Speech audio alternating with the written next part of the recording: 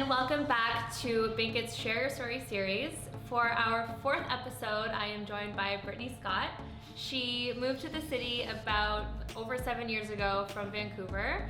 She has a lot of very interesting experiences to share. Welcome, Brittany. Hi. Thank you so much for being on the show. Thanks for having me. So tell me a little bit about yourself. Where did you grow up, and kind of how did that influence your career trajectory? So I grew up in Vancouver. I lived in Burnaby and then North Delta. I don't know if anybody watching this will know where that is. Maybe, I'll put a little map. Yeah, it's near White Rock. The influence was really based on my mom.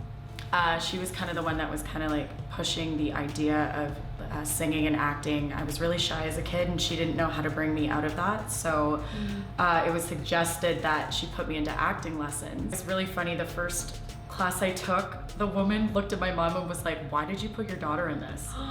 It was really bad. I was that afraid. Mom was like, "Look, I am just as shy as she is and I don't know how to teach her, so I need you to do it for me." Right. And then the teacher was like, "Okay."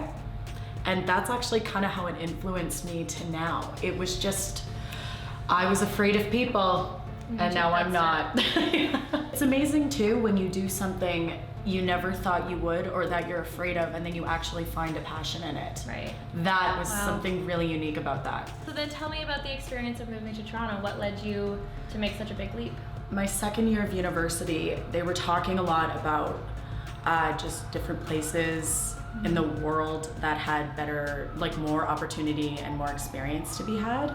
And that was kind of the thing that gave me inspiration to go. Like I remember sitting, listening to my professor and being like, "Oh, I guess I'm gonna move to Toronto then." Wow. So about a year and a half after I graduated university, I was saving, my parents were helping me, and then I took off.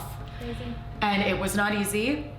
It was good that I saved, but I slept on the floor and then an air mattress for 3 months. Oh my gosh. And then I had my first bed. So before you made the move, before you actually arrived in Toronto, what were some of the things that you did to prepare for your trip here? You said that you saved, but did you get an apartment ahead of time? Did you have friends here? What was that like? Yeah, I lucked out quite a bit when it came to this city. I do have family in the city, so my aunt was actually the one that was helping me apartment hunt.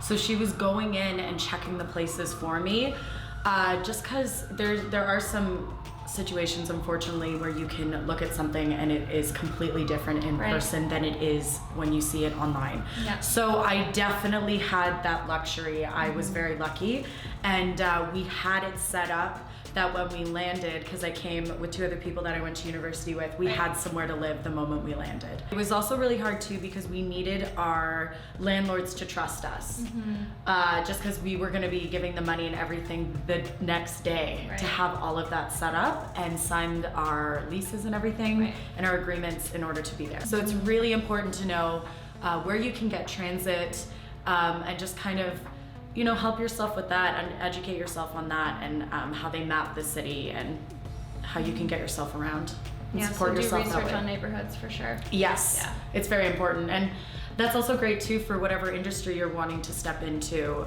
The neighborhoods also play a role in that. You could have a job right where you live. Okay, so talk about the experience of looking for that first job when you moved here. I worked at Winners. And I actually worked at the one in BC. I worked in the one, it was like a 7-minute walk from my place. And I actually just got some confidence and I asked them to see if they would help me get a job out there. Smart. Or out here, and see if I could just transfer. So you moved to Toronto and you worked at a Winners in Toronto right away because of that transfer, because you had those connections. Yeah. And then after Winners, where did you go and what did that job search process look like? I ended up I did get into serving, and that was very difficult. If you're entering into serving and you've never done it before, you do and have to start at the bottom. And I started off as a host. It was the restaurant that I got into that I had a friend work at, and he had done quite a bit of referencing for me at the time, and I went through 5 different interviews in that restaurant before I actually got the job. 5.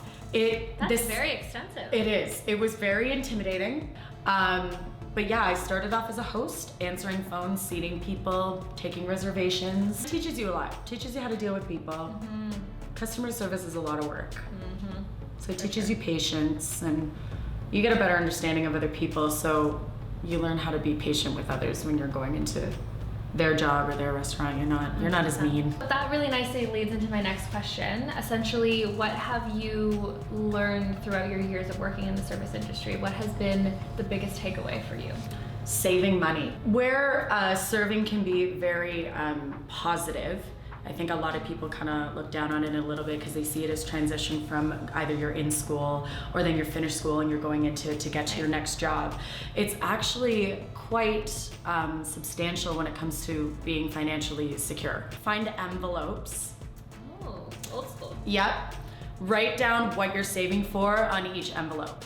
Whether it's debt. That's cute. If it's a trip, if you're saving for a movie. It can be anything as small as a purse. And then every day or once a week, you divvy up money into those saving envelopes, and then it's not yours anymore. And then I also had an everyday envelope that I could use, that I could spend. But it was like giving myself an allowance. That's very to smart. Spend. Yeah. So what are some things that you've saved for yourself, some big priorities? Well, I actually invested in quite a bit of my music in 1 year. I did 2 songs, 2 music videos, set up my own website. Yeah, and that was one major one. Last year I went on 4 different trips. I went to Vegas, Florida, Portugal, and I went back home for Christmas. Crazy. So that was all based on... Had a lot of envelopes. Yeah, I had a lot. But that was all based on just being really smart ahead of time, being ahead of the game. And I got to do some cool things. So what's next for you? Where do you see yourself going? Are you working on anything specific right now? I am still serving, which I'm totally content with because I have just partnered up with a couple of people where I'm just working specifically on songwriting. And I'm trying to get my piano skills back because I would love to be a singing instructor eventually. I see that, just depending on how things go, I don't want to leave the actual industry. And I think it'd be really nice to have that kind of income and start to settle down a little bit. So is there anything else that we didn't cover today that you want to talk about? Any pieces of advice that you have for anyone looking to move to the city or just find a part-time job here in Toronto? Just keep working really hard and meet a lot of people and don't burn any bridges. And I think you'll be really surprised at what you'll get out of this when you do it. So thank you guys so much for watching our 4th episode, but we're not done yet. We are going to go to a couple of Brittany's favorite places in the city. Let's head out. Yay! Here we go.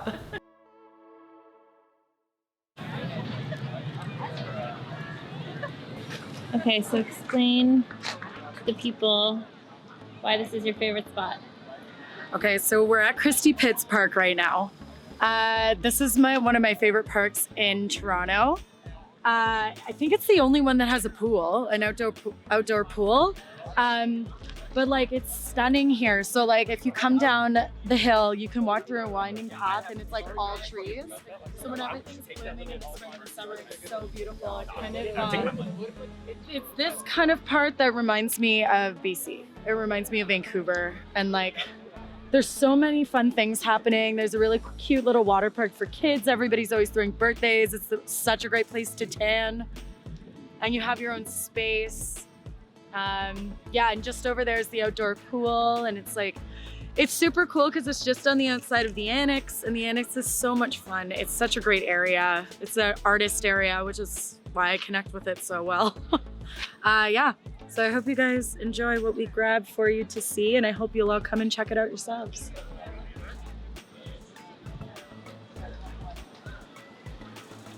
So we are here at Kinton. This is Brahmin Food. It's one of my favorite cuisines in Toronto.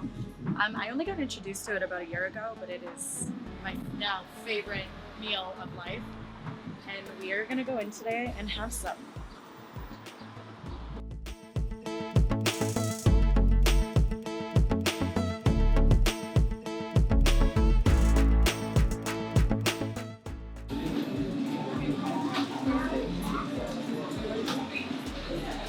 So I got the pork miso ramen and I'm so excited to have it. It's my favorite. I'm a huge fan of miso soup, so like to have this all mixed together is fabulous, and I can't wait to taste it. It's gonna be great.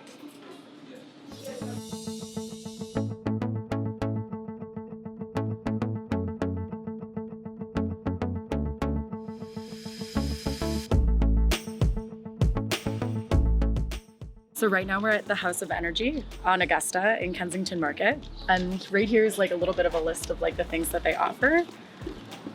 Salt lamps are really cool. I always love the smudging, so it's like they have sage and everything, and that's my favorite. But we're gonna go inside and check out everything.